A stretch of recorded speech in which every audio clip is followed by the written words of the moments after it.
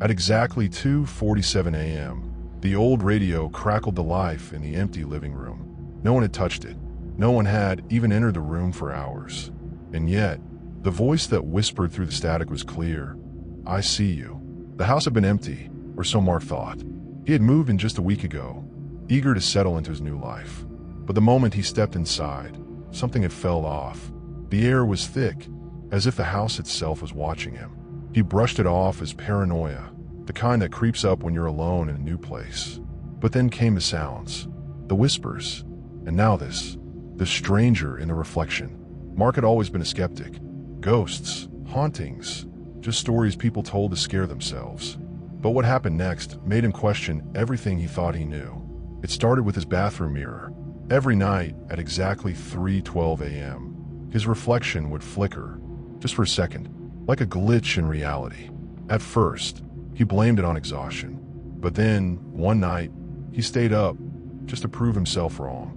3:11 a.m. Silence. 3:12 a.m. His reflection blinked, but he hadn't. Heart hammering, he took a step closer. His reflection stood still. Too still. That's when he noticed. The mark in the mirror wasn't wearing the same clothes. And then it smiled. The man who never left. One night, Mark found an old, crumpled note under his bed. Just 6 words. "I never left. I never will." He barely slept that night, convinced it was a prank. But the next day, he found another note. This one wasn't written in ink. It was scratched into the wood of his nightstand. And it simply said, "Look up." Footsteps in the attic. Mark had never been to the attic. He didn't even know how to access it. The trapdoor in the ceiling had been painted shut, untouched for decades. Or so he thought. One night, as he lay in bed, he heard it. A single, deliberate thump. Then another, and another. Something was up there. Gathering every ounce of courage, he climbed onto a chair, flashlight in hand, and pushed against the attic door. It resisted at first, then creaked open with a sigh, releasing a stale, suffocating air. The light flickered as it scanned the darkness. Old boxes, dusty furniture, and then footprints, leading straight to the corner, to the small, child-sized door he had never noticed before. The face in the window. Mark installed cameras the next day, motion detectors, anything to prove he wasn't losing his mind. That night, as he reviewed the footage, he saw it. At exactly 3:12 a.m., the camera facing the backyard caught a glimpse of something in his window. A face, watching him, from inside. The final note. Mark didn't stay another night. He packed his bags, left the keys on the counter, and never looked back.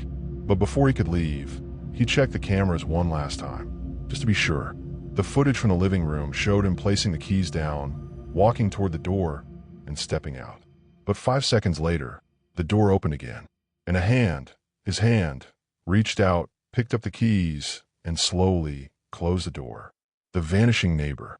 A month later, another tenant moved in, a young woman named Sarah. She knew nothing about Mark, nothing about the strange occurrences in the house. On her first night, she found an old note in the kitchen drawer. Faded, barely legible. It read, "If you hear whispering, don't answer." She laughed it off, probably an old tenant's prank. But that night, as she lay in bed, a voice whispered from the darkness, "I see you." Her blood ran cold. She turned on every light, checked every corner, convinced she was imagining it, until she looked at her phone. The home security app had detected movement. It showed a blurred figure, standing just outside her bedroom door. Sarah never saw her neighbor. Not once. The apartment next door had been empty for years. So what do you think? Did Mark escape? Or was he ever really alone? What happened to Sarah? Let me know your thoughts in the comments below. Have you ever experienced something you just can't explain? Share your stories. I'll be reading every single one. And if you made it this far, check your locks tonight. Because sometimes the scariest stories are the ones that feel just a little too real.